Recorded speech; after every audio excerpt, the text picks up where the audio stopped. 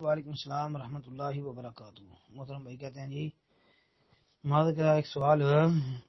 اور کوئی انسان گالیاں نکالتا ہو اور وہ بہت کوشش بھی کرتا ہو ان کو روکنے کی، پھر بھی کوئی نہ کوئی گالی نکل جاتی ہے۔ مثلا یہ آگے لکھی بھی ہم نے،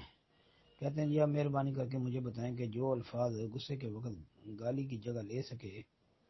اور غصے بھی ٹھنڈا ہو جائے، گناہ والے کام سے بھی بچ نکلنے کا راستہ مل جائے۔ محترم بھائی پہلی بات یہ ہے کہ گالی کسی صورت میں بھی نہیں نکالنی چاہیے، مکمل اجتناب کریں اور جو الفاظ آپ نے لکھے ہیں مثلاً کے ساتھ، مثلاً بھی غلطی لکھا ہے نا، بہرحال جو الفاظ لکھے ہیں یہ بھی نہیں بولنے چاہیے، احتیاط کریں۔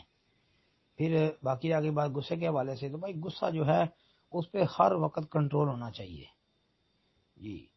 غصے پر جتنا زیادہ کنٹرول کر لو گے اتنا فائدہ ہوگا، کہ غصہ جو ہے یہ انسان کی عقل کھا جاتا ہے، انسان کو سمجھ نہیں آتی، غصہ حرام ہے۔ آپ اس حدیث کو سامنے رکھیں نا، نبی علیہ الصلوۃ والسلام سے ایک آدمی نے کہا کہ اللہ کے رسول مجھے کوئی وصیت کرے، تو آپ صلی اللہ علیہ وسلم نے کیا کہا تھا؟ لا تغضب، لا تغضب، حدیث میں آتا ہے لا تغضب فردد مرارا ذلک ثلاث، یعنی بار بار 3 مرتبہ یہی بات کہی کہ بھائی غصہ نہ کر، غصہ نہ کر، غصہ نہ۔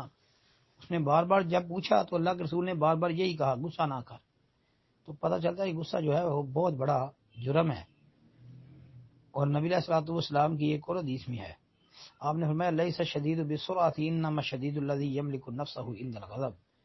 کہ بہادر وہ آدمی نہیں ہے جو دوسرے مسلمان کو بچھاڑ دے، دوسرے ساتھی کو بچھاڑ دے، کشتی کرتے ہوئے میدان کے اندر اس کو گرا دے، یہ بہادری نہیں۔ بہادری یہ ہے کہ فرمایا کہ غصے کے وقت جو اپنے غصے پر کنٹرول کرتا ہے، غصے کے وقت اپنے غصہ چڑھا ہو تو اپنے غصے کے اوپر کنٹرول کر لے، یہ بہادری ہے۔ یہ کسی کو بچھاڑ دینا یہ بہادری نہیں ہے۔ پھر ایک حدیث اور بھی آتی ہے ترغیب وغیرہ کے اندر، وہ بھی روایت ثابت ہے، اس میں آتا ہے کہ نبی علیہ السلام سے صحابی نے پوچھا تھا کہ اللہ کے رسول علیہ الصلوۃ والسلام مجھے ایسا عمل بتاؤ کہ جس کی وجہ سے میں جنت میں داخل کر دیا جاؤں، تو آپ علیہ الصلوۃ والسلام نے فرمایا تھا لا تغضب ولک الجنہ، غصہ نہ کر تیرے لیے جنت ہے۔ تو اس لیے غصہ والا معاملہ جو ہے اس کو تو ویسے ہی چھوڑ دینا چاہیے۔ السلام علیکم ورحمۃ اللہ۔